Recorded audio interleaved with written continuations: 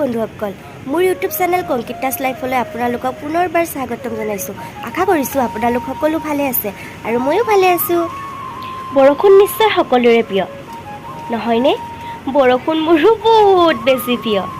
আৰু মই ট্ৰেইনিং ক্লাছৰ পৰা ঘৰলৈ বুলি নগাঁও মৰিগাঁৱৰ বাছত উঠি ল'লোঁ। এনেকুৱা ডাঙৰ ডাঙৰ বাছবোৰত উঠিবলৈ যে বিৰাট ভয় লাগে। জীৱনত প্ৰথমবাৰ ডাঙৰ বাছত উঠি ঘৰলৈ আহি আছোঁ, তাকো অকলে। সময় আৰু পৰিস্থিতিৰ সাপেক্ষে কেতিয়াবা ভয় লগা কামবোৰো কৰিব লগা হয়, নহয় জানো?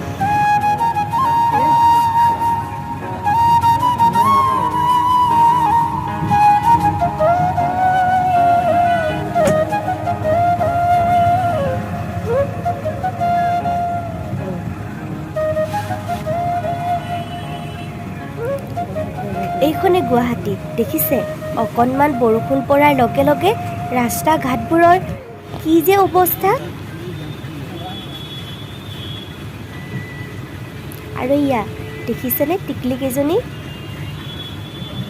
ইহঁতক দেখি মোৰো স্কুল লাইফটোলৈ মনত পৰি গ'ল। কেতিয়াবা যদি স্কুলৰ পৰা অহাৰ সময়ত বৰষুণ পৰিছিল, বৰষুণত তিতিয়ে ঘৰ পাইছিলোঁহি।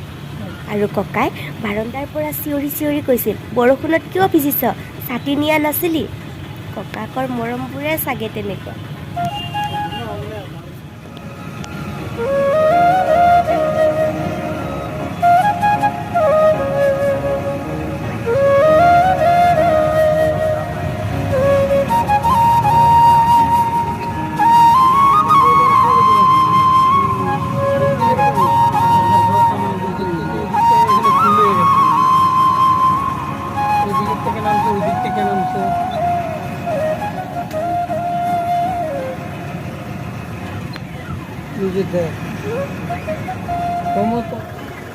এয়া দেখিছেনে যোৰাবাটৰ অৱস্থা?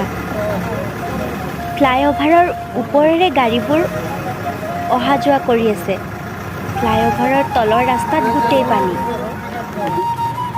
অকণমান বৰষুণ পৰাৰ লগে লগে যে ৰাস্তা ঘাটবোৰত পানীয়ে উপচি পৰে, তাৰ কাৰণ আমিয়ে নহয় জানো? এবাৰ নিজকে ভালকৈ সুধি চাবচোন।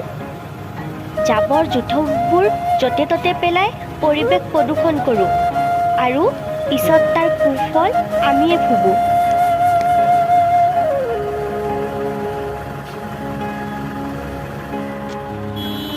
এটা ৰাস্তাইদি দুয়োটা ছাইডৰ গাড়ীবোৰক আহিব দিয়া হৈছিল, কিন্তু কিছুমান গাড়ীয়ে এনেকৈ লাইন ভাঙি আগত যোৱাৰ স্বাৰ্থত বেছিকৈ জামবোৰ কৰিছিল।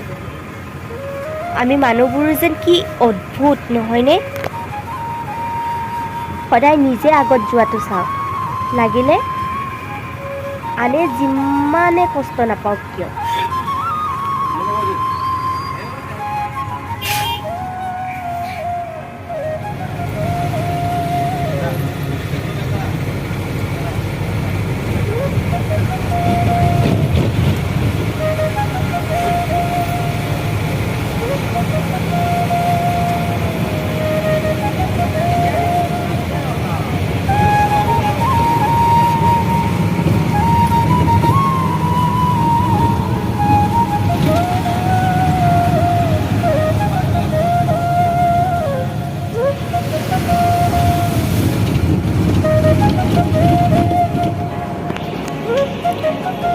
আৰু বন্ধুসকল দেখিছেনে, এইজন মোৰ বেষ্ট ফ্ৰেণ্ড আহি আছে। সি কামৰ কাৰণে ইফালে খবৰ কৰিবৰ কাৰণে গৈছিলে আৰু ডকুমেণ্টছ জমা দি কেনে আহিছে।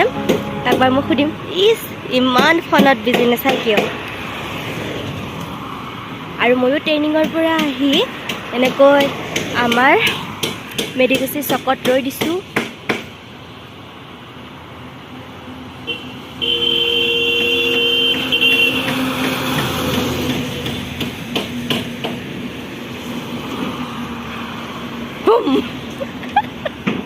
কি বনাইছা?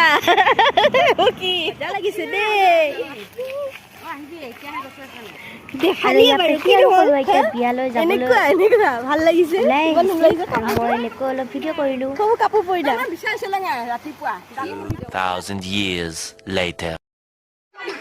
বাবা তালিয়া কোনে তালি মৰা নাই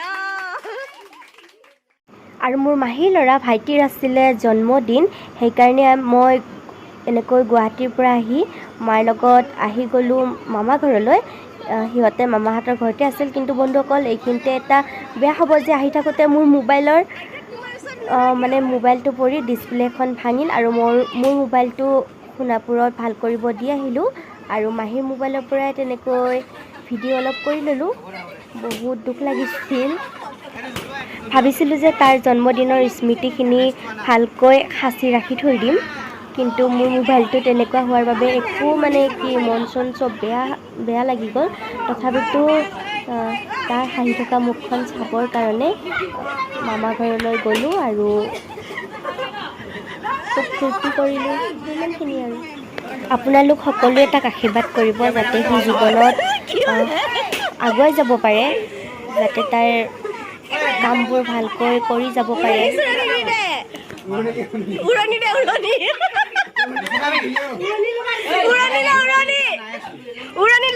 আৰু যিহেতু দুয়োগৰাকী আইতা হয় সেইকাৰণে আমি অলপ ধেমালি কৰিলোঁ কেক কটাৰ সময়ত আইতা দুজনী দুই চাইডে লোৱা আৰু উৰণিলৈ কেক কটা কাৰণ কৈছোঁ যে ধনুৰ দৰা হয় আৰু আইতা দুজনী কইনা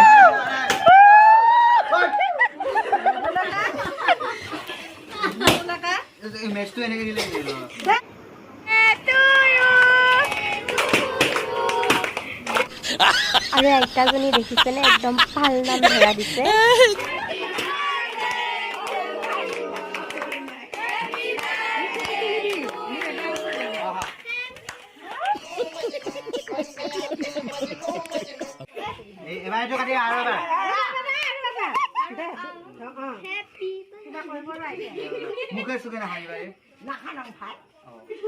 নাকটোত লগাই দিয়া নাকটোত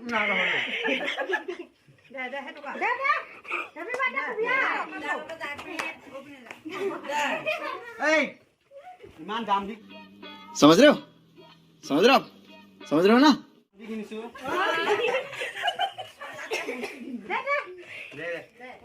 हैप्पी बर्थडे धुनु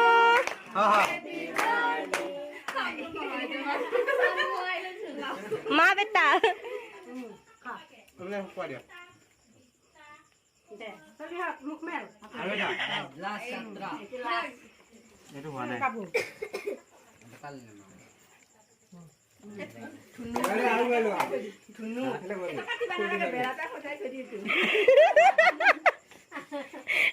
हाथ पुरो कैसा बनाएंगे बोल Go, happy birthday.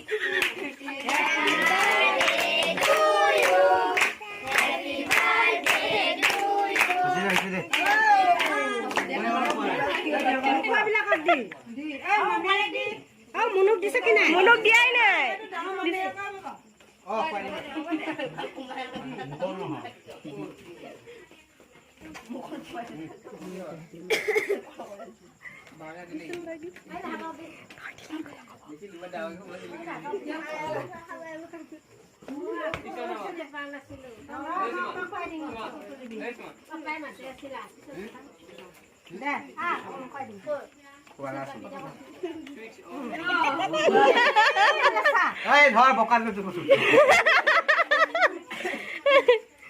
তুমি লুকাই নিদিয়া কিয় মাক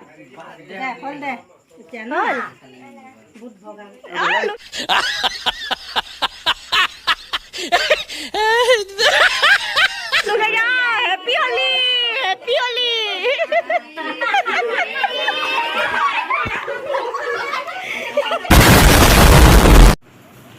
আৰু চাওকচোন এয়া মামীয়ে কেকখানি কি অৱস্থা কৰিলে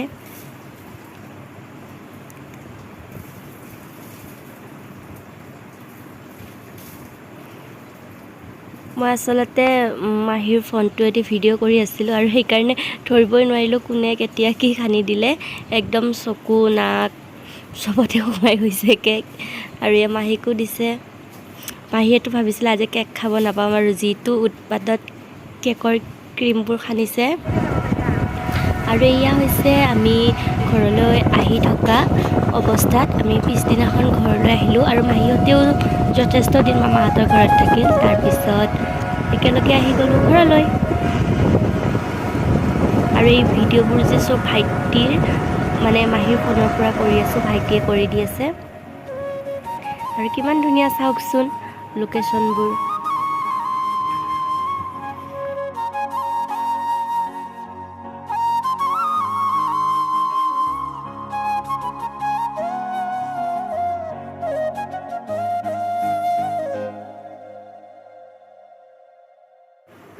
আৰু কি জানে বন্ধুসকল, আজিৰ ভিডিঅ'টোৰ পৰা মই শিকিলোঁ মানুহৰ জীৱনত সুখ আৰু দুখ দুয়োটা বস্তুৱে প্ৰতিটো সময়তে লগতে থাকে।